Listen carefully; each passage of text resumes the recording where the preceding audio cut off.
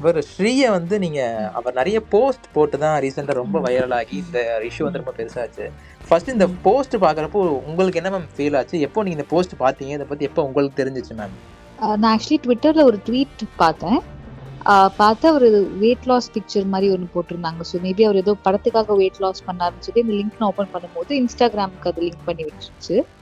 So அந்த page பார்க்கும்போது எனக்கு கம்ப்ளீட்டாக ரொம்ப ஷாக் ஆச்சு. அண்ட் ஃபர்ஸ்ட் அது வந்து ஃபேக் ப்ரொஃபைலாக என்னன்றது எனக்கு புரியல. ஆக்சுவலாக எனக்கு ரொம்ப ஷாக்கிங்காக இருந்தது. அதான் ஃபர்ஸ்ட் இம்ப்ரெஷன். அதுக்கப்புறம் அவர் தான் தெரிஞ்சதுக்கு அப்புறமா ரொம்ப கஷ்டமாச்சு. அவரோட இந்த இந்த நிலைமைக்கு வந்து என்ன காரணமா இருக்கு? நிறைய ரீசன் சொல்றாங்க. ஒன் சைடு வந்து அவருக்கு சேலரி இஷ்யூனால இந்த மாதிரி பண்றாரு, தென் வந்து அவர் சம்திங் மென்டலி சம்திங் ஏதோ இஷ்யூ ஆயிடுச்சு அப்படின்னு பல விஷயங்கள் சொல்றாங்க. ஸோ நீங்க என்னவா இருக்கும்னு நினைக்கிறீங்க மேம்? ஏன்னா நீங்க அவரோட ஒர்க் பண்ணிருக்கீங்க. ஆமா, எனக்கு தெரிஞ்சு நம்ம தெரியாத விஷயத்த கமெண்ட் பண்ண முடியாது. பட் கண்டிப்பா அவருக்கு ஏதோ ஒரு இஷ்யூ, ஏதோ ஒரு டிப்ரெஷன் கண்டிப்பா இருக்கு. அதுல வந்து ஷுவரா சொல்ல முடியுது.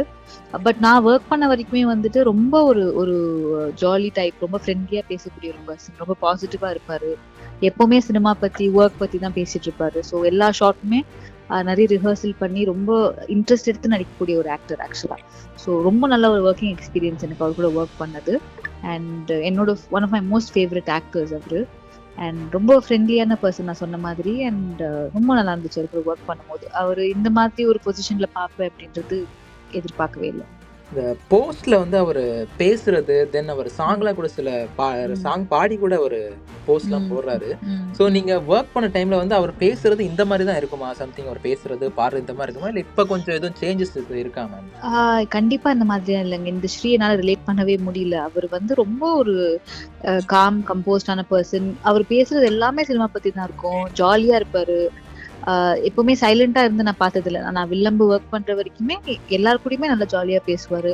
நான் சொன்ன மாதிரி ரொம்ப பாசிட்டிவ் ஆட்டிடியூட் இருக்கிற ஒரு பர்சன். அண்ட் அவரு எனக்கு தெரிஞ்ச வரைக்குமே என் கூட பேசுனது வச்சு நான் சொல்றேன், பணத்துக்கு நோக்கி அவர் போனதில்லை. நல்ல படங்கள் பண்ணணும், நான் வெயிட் பண்ணி பண்ணணும் தான் சொல்லிட்டு இருப்பாரே தவிர்த்து நிறைய படங்கள் பண்ணணும்லாம் அவர் சொன்னதில்லை என்கிட்ட. ஸோ அவர் வெயிட் பண்ணி தான் ஒரு ஸ்கிரிப்ட் செலக்ட் பண்ணிட்டு இருந்தாரு. ஸோ ரொம்ப பேஷனட்டான ஒரு பர்சன். ஸோ இந்த மாதிரி அந்த மாதிரி எனக்கு நான் பார்த்ததில்லை ஸ்ரீ. அந்த மாதிரி நிறைய கமெண்ட்ஸ் அண்ட் நிறைய ஒரு என்ன சொல்றது, அவர் போட்ட போஸ்ட்ல வந்து நிறைய ஒரு நெகட்டிவான கமெண்ட்ஸ் வந்து ப்ரொடக்ஷன் சைட்ல இருந்து அவருக்கு வருது. அவர் ஒர்க் பண்ண ப்ரொடக்ஷன் சைட்ல இருந்து அவர் வந்து சம்திங் ஏமாத்திட்டாங்க அப்படின்ட்டு. ஸோ வில்லம்பு படத்துல வந்து அந்த மாதிரி இஷ்யூ வந்து இருந்துச்சா? இல்லை நீங்க அந்த மாதிரி ஃபேஸ் பண்ணிருந்தீங்களா? இல்ல எனக்கு என்ன ப்ராமிஸ் பண்ணாங்களோ அந்த படத்துக்கு எல்லாமே பேமெண்ட் செட்டில் பண்ணிட்டாங்க. ஸோ அந்த எந்த விதமான ப்ராப்ளமும் இல்லை. இன்ஃபேக்ட் எல்லாருமே ரொம்ப ஹாப்பியா தான் ஒர்க் பண்ணோம். அதுல எந்த கம்ப்ளைண்ட்ஸுமே இல்லை. ஸோ படம் முடிச்சு ப்ரமோஷன்ஸ் எல்லாம் முடிச்சதுக்கு அப்புறமா ரொம்ப நாள் டச்ல இருந்தார் அவரு. அதுக்கப்புறமா தான் கம்ப்ளீட்டா கட் ஆஃப் ஆயிட்டாரு. அது வரைக்குமே ரொம்ப ஃப்ரெண்ட்லியா இருந்தாரு. கால் பண்ணி பேசுவாரு. அவர் ஸ்கிரிப்ட்லாம் டிஸ்கஸ் பண்ணுவாரு. வில்லம்பு டைம்ல தான் மாநகரமும் சைன் பண்ணியிருந்தாரு. ஸோ அந்த படத்தை பத்தி நிறைய பேசிட்டு இருந்தாரு. ஸோ அந்த ஷூட்டிங் எக்ஸ்பீரியன்ஸ்லாம் சொல்லுவாரு. ஸோ அதெல்லாம் ரொம்ப நார்மலா தான் இருந்தாரு. பட் அதுக்கப்புறமா கம்ப்ளீட்டா கட் ஆஃப் பண்ணிட்டாரு. நிறைய வாட்டி நான் கால் பண்ணியிருக்கேன் அவருக்கு. பட் ஒரு ஆல்மோஸ்ட் ஒரு 6-7 இயர்ஸா கம்ப்ளீட்டா டச்லயே இல்லை. அப்ப லாஸ்ட் அவர்கிட்ட எப்போ பேசுனீங்க நீங்க? ஐ திங்க் 2017 நான் லாஸ்ட் டைம் நான் பேசினது அவர் கூட. அதுக்கப்புறமா அவர் டச்லயே இல்லை. என்னோட வெட்டிங்க்குலாம் நான் அவர் இன்வைட் பண்ணியிருந்தேன். நான் கால் பண்ணினேன், லிஃப்ட் பண்ணல. நான் வாய்ஸ் மெசேஜ்லாம் அனுப்பிச்சேன். எதுக்குமே அவர் ரிப்ளை பண்ணவே இல்லை. அண்ட் அதுக்கப்புறமா சில டைரக்டர்ஸ் வந்து அவருக்கு கதை சொல்லணும் அப்படின்ற மாதிரி சொல்லும்போது ஒரு பெரிய டைரக்டர் வந்து அவர் நம்பர் கேட்டிருந்தாங்க. ஸோ அந்த விஷயமா நான் அவருக்கு கால் பண்ணும்போது கூட அவர் கால் லிஃப்ட் பண்ணல, மெசேஜ்க்கும் ஆன்சர் பண்ணல. ஸோ அது 2019 டைம்ல. அதுக்கப்புறமா நான் அவருக்கு கால் பண்ணவே இல்லை. இப்போ இந்த மாதிரி சார் இந்த மாதிரி ஒரு சிச்சுவேஷன்ல இருக்காருன்னு நினைக்கும் போது அவருடைய ஃப்ரெண்ட்ஸ் சர்க்கிள் எதுவும் நீங்க கான்டாக்ட் பண்ண ட்ரை பண்ணீங்களா? இல்ல அவங்க சைடுல எதுவும் இன்ஃபர்மேஷன் கிடைச்சிச்சா?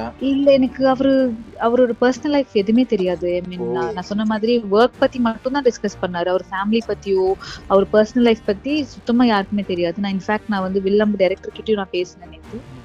அவருமே வந்து எதுவுமே இன்ஃபர்மேஷன் தெரியாது. ரொம்ப நல்ல பையன் தான் சொல்லிட்டு இருக்காரு தவிர்த்து மற்றபடி அவரோட பர்சனல் லைஃப் பத்திலாம் எதுவுமே ஷேர் பண்ணதே இல்லை. அவங்க ஃபேமிலி பத்தியோ எது பத்தியுமே எங்களுக்கு தெரியவே தெரியாது.